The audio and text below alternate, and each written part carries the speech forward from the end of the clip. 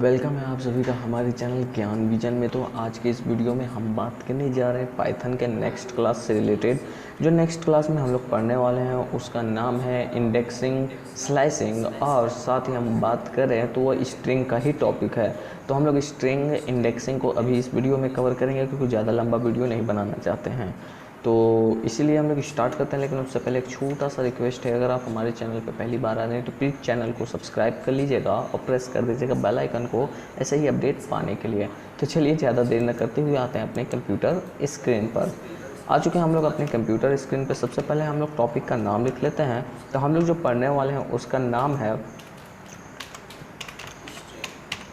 String. String के अंदर ही एक हम लोग का टॉपिक होता है जिसका नाम होता है इंडेक्सिंग, और एक हम लोग का होता है टॉपिक स्लाइसिंग।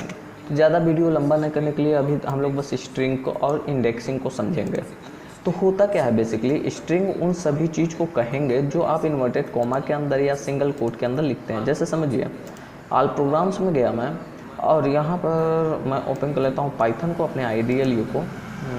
ओपन हो गया, यहाँ पर ओपन हो रहा है, रुकिए वेट करिएगा। ओपन हो गया।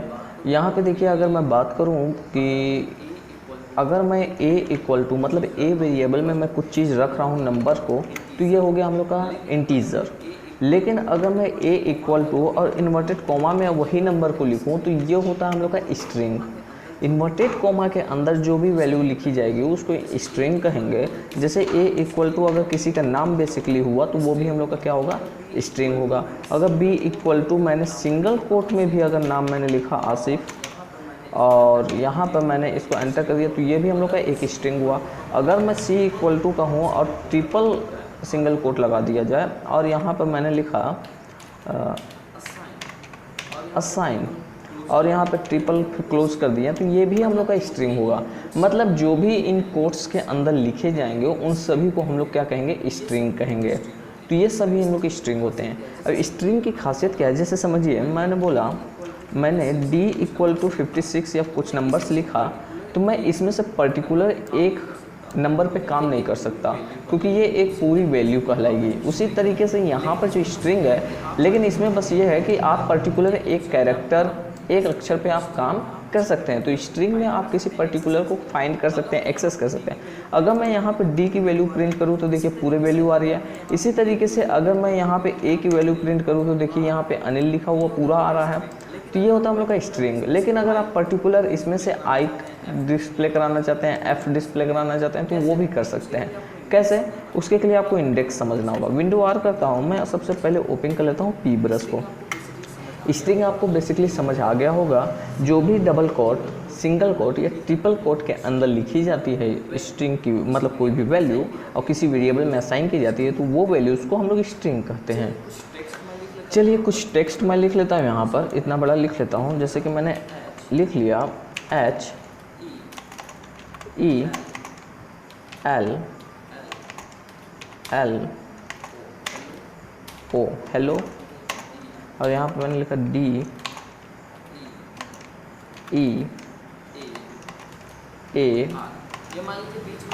ये मान लीजिए बीच में स्पेस नहीं है, यहाँ पे बस कुछ ज़्यादा स्पेस है, ठीक है। तो कुछ इस टाइप से अगर कोई मैटर लिखा हुआ है और मैंने कह दिया कि इसको मैं असाइन कर ले रहा हूँ किसी वेरिएबल में a में, मैंने इन पूरी वैल्यू को किस में असाइन किया, a में। तो अगर मैं डिस्प्ले कराऊंगा तो ये पूरा स्ट्रिंग आएगा क्योंकि ये मैं सिंगल कोट में लिखूंगा, ठीक है, यहाँ पे या डबल कोट में लिखूंगा। तो ये हम लोग का क्या आएगा, पूरे एक को अगर प्रिंट करेंगे तो पूरा आएगा। लेकिन अगर मान लीजिए मुझे पर्टिकुलर सिर्फ ओ को फाइंड करना है, ओ को हमको डिस्प्ले कराना है, तब हम क्या करेंगे, तब हम लोग को करना होता है इंडेक्सिंग का यूज। जैसे समझिए मैंने इसको खींच लिया इस टाइप से, तो H अलग होगा, E अलग होगा, और यहाँ पे मैं बात करूँ इसको थोड़ा सा पतला कर दूँ, लाइनिंग खींच लेते हैं कुछ इस टाइप से। यहाँ पे O अलग हो गया, DEAR। तो यहाँ पे जो आपको ये दिख रहा है ये सब इंडेक्स है। जैसे कि मैं बोलूँ तो 0 इंडेक्स पे मेरा H रखा हुआ है, इसी तरीके से 1 इंडेक्स पे हमारा E है, और 2 इंडेक्स हो गया, फिर 3 हुआ और ये 4 होगा।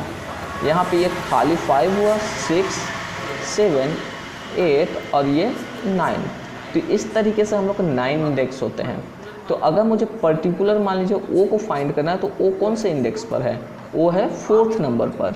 तो आप यहाँ पे जब भी लिखेंगे कैसे लिखेंगे, जैसे कि मान लीजिए मैंने कहा str इक्वल टू कुछ भी, जैसे मैंने इसके अंदर लिख दिया हेलो डियर, कुछ इस टाइप से, एंटर। अब मुझे ओ को फाइंड करना है। अभी हमने देखा कि 0 1 2 3 एंड 4th इंडेक्स पे हम लोग का यहाँ पे लिखा हुआ है ओ। तो अगर मुझे ओ को दिखाना है तो आपको यहाँ पे कहना होगा कि स्ट्रिंग को मुझे डिस्प्ले कराना है, लेकिन उसका 4th इंडेक्स। तो जो भी इंडेक्स को आपको लिखना होगा, आपको कीबोर्ड की बड़ी वाली ब्रैकेट का यूज करना होगा और उसके अंदर इंडेक्स को बता देना होगा। जैसे मैंने 4 बताया और एंटर कर दिया, तो देखिए ओ को फाइंड किया। इसी तरीके से अगर मान लीजिए मुझे यहाँ पर का ए चाहिए, तो ए हमारा 8 इंडेक्स पे है, तो यहाँ पे हम लोग क्या करेंगे, प्रिंट फंक्शन का भी यूज कर सकते हैं, इसमें कोई दिक्कत की बात नहीं है। जैसे मैंने बोला स्ट्रिंग वेरिएबल का 8 नंबर के इंडेक्स को कॉल करना है। अब एंटर करते हैं, देखिए उसके अंदर की वैल्यू को आपको यहाँ पे फाइंड करके दिखा दिया। तो 8 नंबर पे हम लोग का कौन है, ए है, यहाँ पे दिख भी रहा है, यहाँ पे भी है। तो इस तरीके से हम लोग किसी भी पर्टिकुलर एक वैल्यू को फाइंड कर सकते हैं या एक कैरेक्टर को निकाल सकते हैं स्ट्रिंग से। इसी को कहते हैं इंडेक्सिंग।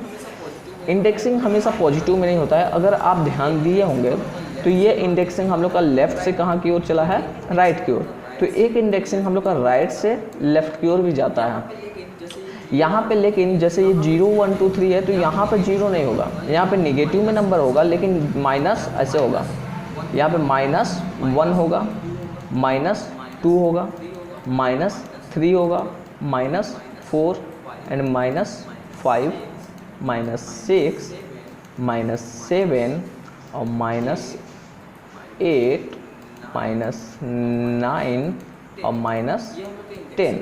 ये हम लोग का इंडेक्सिंग हो गया। तो अगर मुझे मान लीजिए यही ए को कॉल करना है, इस ए को निकालना है, तो ए को 8 से भी हम लोग निकाल सकते हैं, या हमने अभी देखा ये -2 पर है, तो हम लोग इसको -2 से भी कॉल कर सकते हैं। जैसे हम लोग लिख सकते हैं प्रिंट स्ट्रिंग वैल्यू बड़ी वाली ब्रैकेट, और मैंने बता दिया यहाँ पे -2 की वेरिएबल। अब यहाँ पे देखिए बस इंडेक्स बता दिए, तो यहाँ पे ए को कॉल कर लिया। तो इस तरीके से हम लोग इंडेक्सिंग का यूज करते हैं। तो कभी भी आपके ओ लेवल के क्वेश्चन में कोई भी ऐसे ही वर्ड दे सकता है लिखा हुआ, और बोल सकता है कि अगर ए आउटपुट चाहिए तो कोडिंग क्या होगा, और 4 ऑप्शन में आउटपुट दे सकता है। या हो सकता है कि वर्ड लिखकर इंडेक्सिंग वाला प्रिंट फंक्शन यूज करने के बाद आपसे पूछेगा कि अब आउटपुट क्या आएगा। तो आपको पता होना चाहिए कि कौन से वेरिएबल पे और कौन से सिंटेक्स पे कौन से टाइप से आपका इंडेक्सिंग चल रहा है। जैसे कि अगर पॉजिटिव में नंबर दिया है तो वो लेफ्ट से राइट की ओर गया होगा, नेगेटिव में दिया होगा तो वो राइट से लेफ्ट की ओर इंडेक्सिंग गया होगा।